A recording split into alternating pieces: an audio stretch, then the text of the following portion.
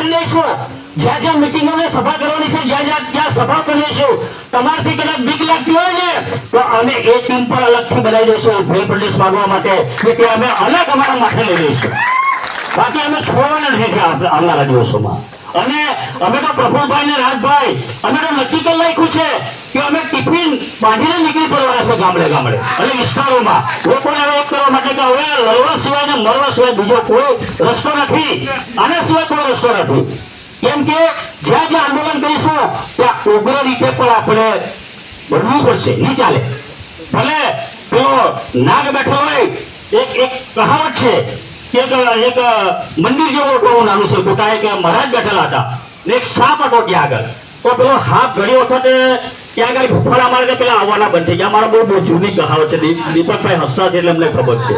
તે પેલો નાગતા ફૂફાડા મારે પેલા આવતા બંધ થઈ ગયા. તો પેલો મહારાજ એવું કહે પેલા ભાઈ તમે કેમ નથી આવતા? તો કે તમારે તો પેલો નાગ છે તે ફૂફાડા મારતો છે. પેલા મહારાજે નાગને બોલાવ્યો, અલા તો ફૂફાડામાં હેલા બધા આવતા છે બંધ થઈ ગયા કે કઈ સારો હવે છાનો માનો બેસી રહેવા.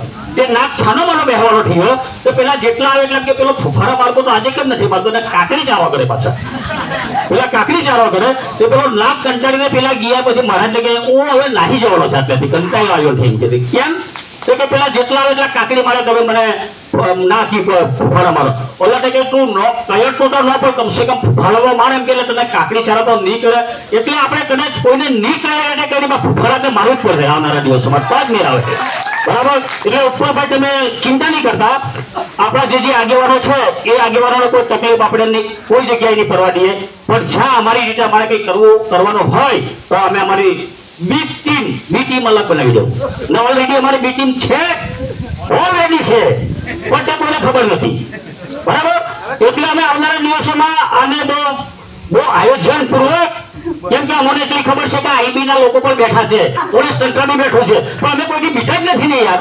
અમે કોઈ બીજા નથી કે નોવેટ જ અમે ચલાવતા છે ના. નરોની ખબર છે કે આ તો 50 ગાડી આવે તો તીવરી તાકાત છે મને પકડી જાય, બધી કોઈ તાકાત નથી, એ તો બધાને ખબર છે. એટલે એ અમે નરવા વાળા નથી. અમારે જે કઈ કરવું હોય તે કરીશું આવનારા દિવસોમાં.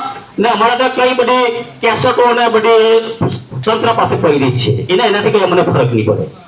પરંતુ આપણે આવનારા દિવસોમાં એવું સમજી લેવાનું કે સમાજ માટે બલિદાન આપવા માટે આપણે નીકળ્યા છે. ગુરુજી, આવનારા દિવસોમાં આપણે સમાજ માટે બલિદાન આપવા નીકળ્યા છે. આપણી જે ભાવિ પેઢી છે, આપણા બાળકો છે, એના માટે આપણે આ લડતમાં નીકળ્યા છે. કેમ કે આમ તો આપણે આવેદન પત્ર આપ્યા આપણે થાકી ગયા ભાઈ, થાકી ગયા ને. આવેદન પત્ર આપ્યા થાકી ગયા ને, ઢગલા થઈ ગયા લોકો ઢગલા.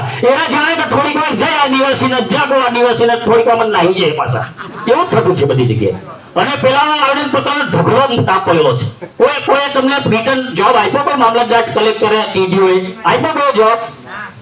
અમારી જેવાને કોઈ જવાબ આપે કેમ કે જાણે કે ચડી બેસશે. એટલે અમારી પાસે એના લેટરો પડ્યા છે રિટર્ન જવાબના. એટલે આવનારા દિવસોમાં આ લડતને બી આપણે ઉગ્ર બનાવવી પડશે. એટલે આવેદનને નિવેદન આપીને થાકી ગયા. હવે હું આવેદનને નિવેદન આપવાનું